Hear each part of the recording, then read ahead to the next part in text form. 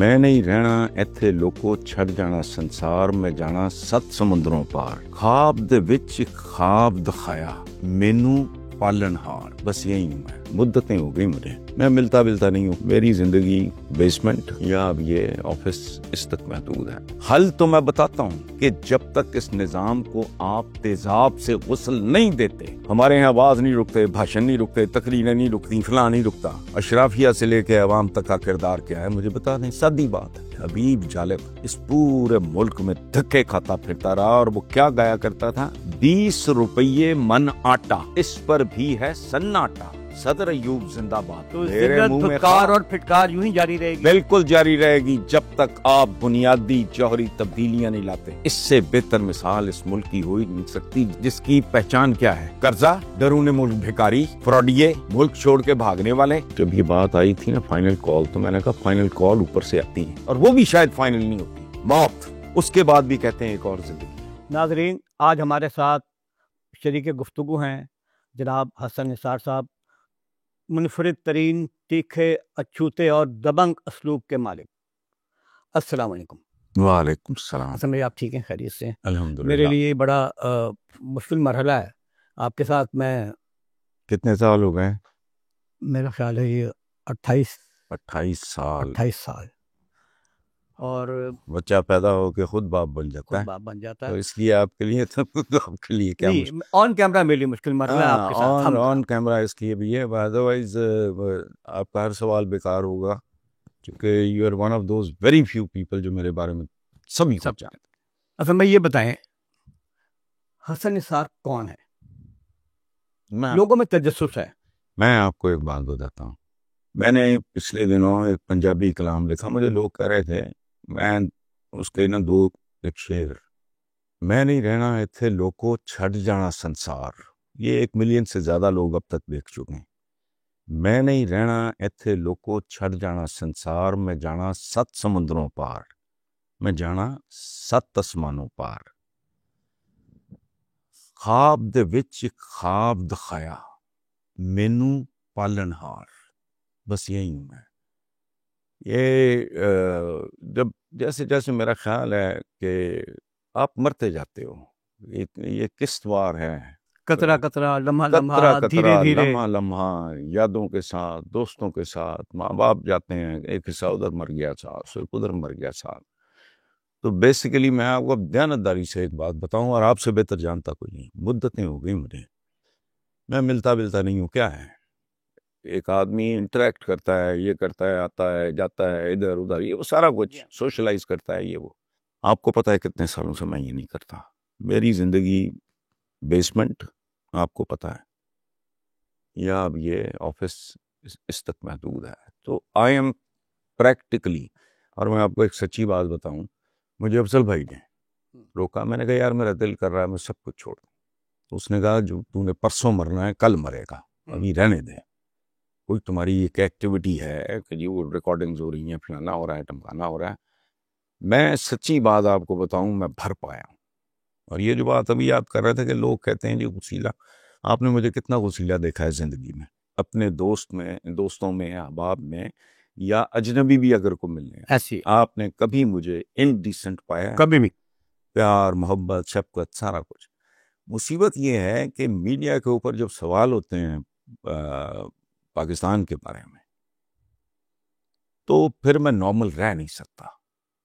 ज़ाहिर है मलामती हालात होंगे तो जवाब भी वैसे ही होगा। एग्जैक्टली ये बिल्कुल मुझे इस तरह लगता है हंसना खेलना इस मुल्क में जैसे आदमी किसी के पुरसे पे गया हो और वहां वो गंदे लतीफे सुनाए ऐसे ही और दंदियां निकाले।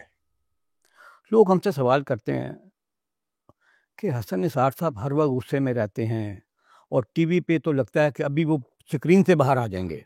बाद सवालों में आप अक्सर औकात आपे से भी बाहर हो जाते हैं। बिल्कुल ठीक है इसलिए हो जाते हैं मेरा ख्याल है कि ये हालात को देख के आप कुड़ते हैं। अच्छा इससे ये भी है कि लोगों में एक इमेज बन गया आपका गुस्सीला और बेजार और अपना मायूसी फैलाने वाला।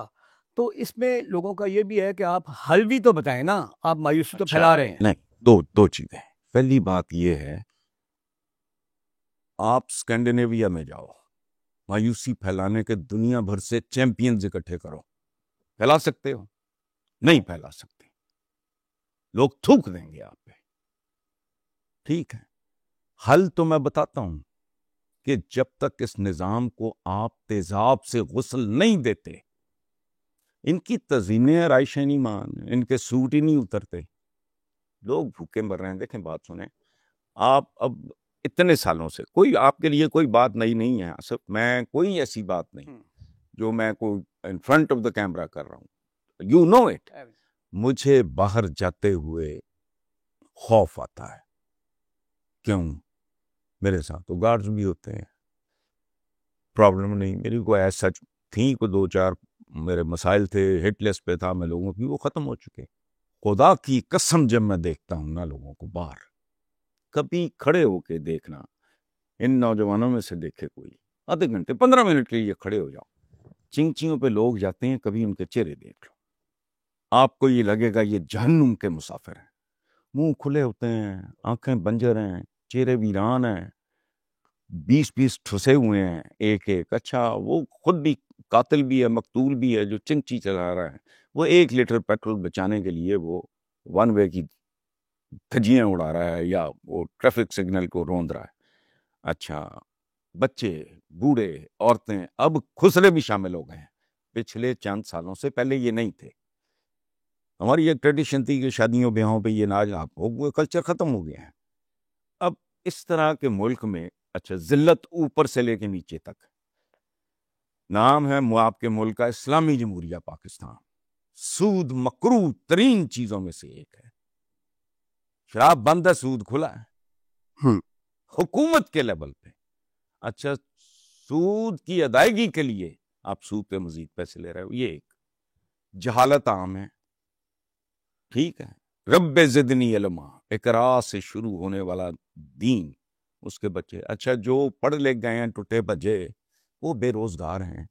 लॉ एंड ऑर्डर, मुझे आप दयानतदारी से बताओ, जब तक आपने रिपोर्टिंग की है, यू आर आउटस्टैंडिंग रिपोर्टर, जब तक कॉलम लिख रहे हो आप, मुझे सिर्फ एक बात बताओ, पाकिस्तान की किसी एक चीज की निशानदेही कर दो जो पॉजिटिव हो।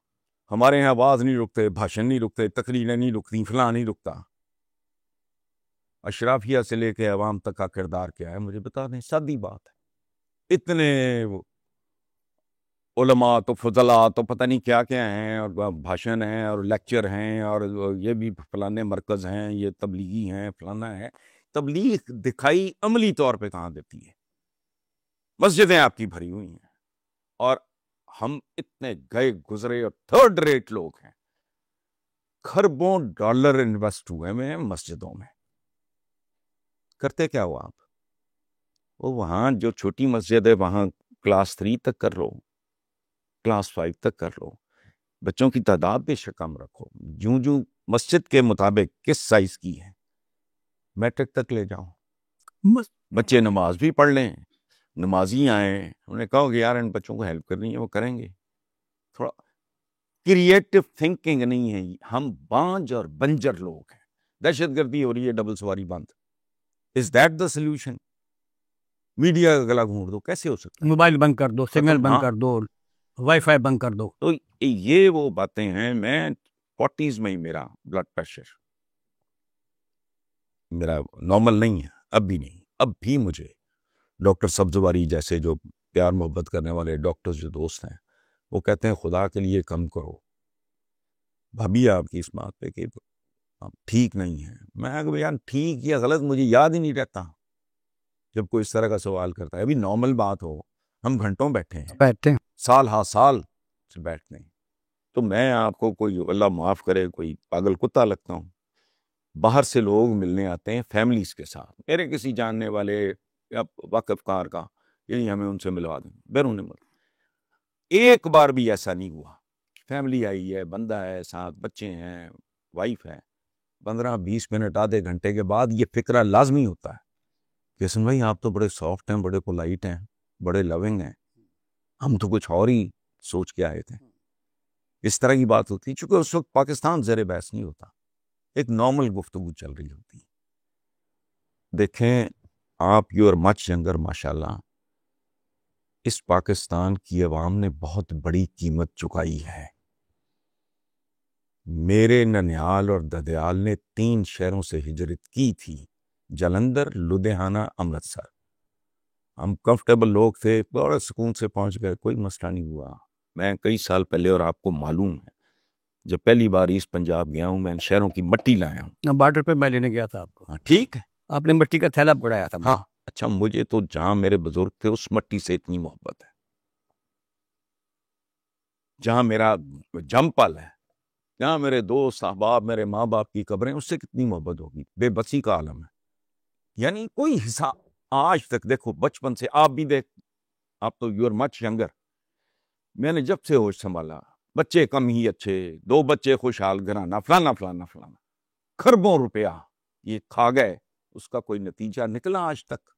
आबादी है, टुटे छितर तरह बढ़ती जा रही है, जो मौजूद है उनका पेट नहीं भर रहे तुम, और नहीं, कोई परवाह ही नहीं है किसी को।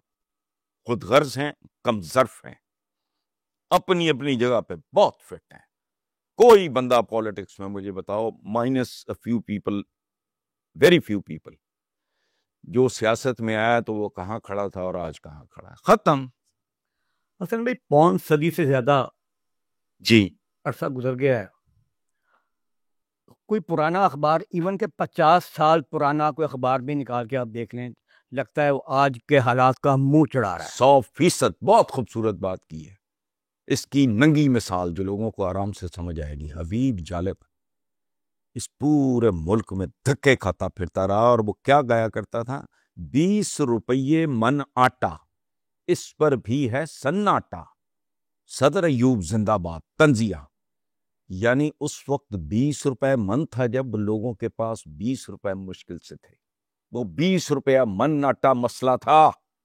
आज आटा कितने रुपए का मन है? अल्हम्दुलिल्लाह, अल्लाह का बड़ा करम है, मुझे नहीं पता, लेकिन वो हजारों में है। तो लानत है। तो अगले 50 साल में क्या उखाड़ लेंगे आप?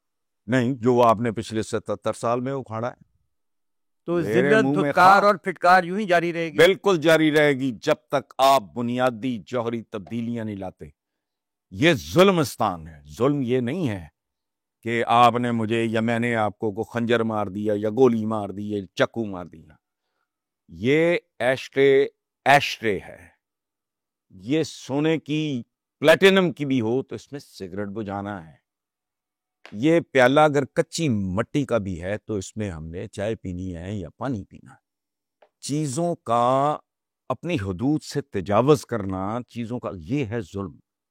और ये इससे बेहतर मिसाल इस मुल्क की हो ही नहीं सकती, जिसकी जिसकी पहचान क्या है?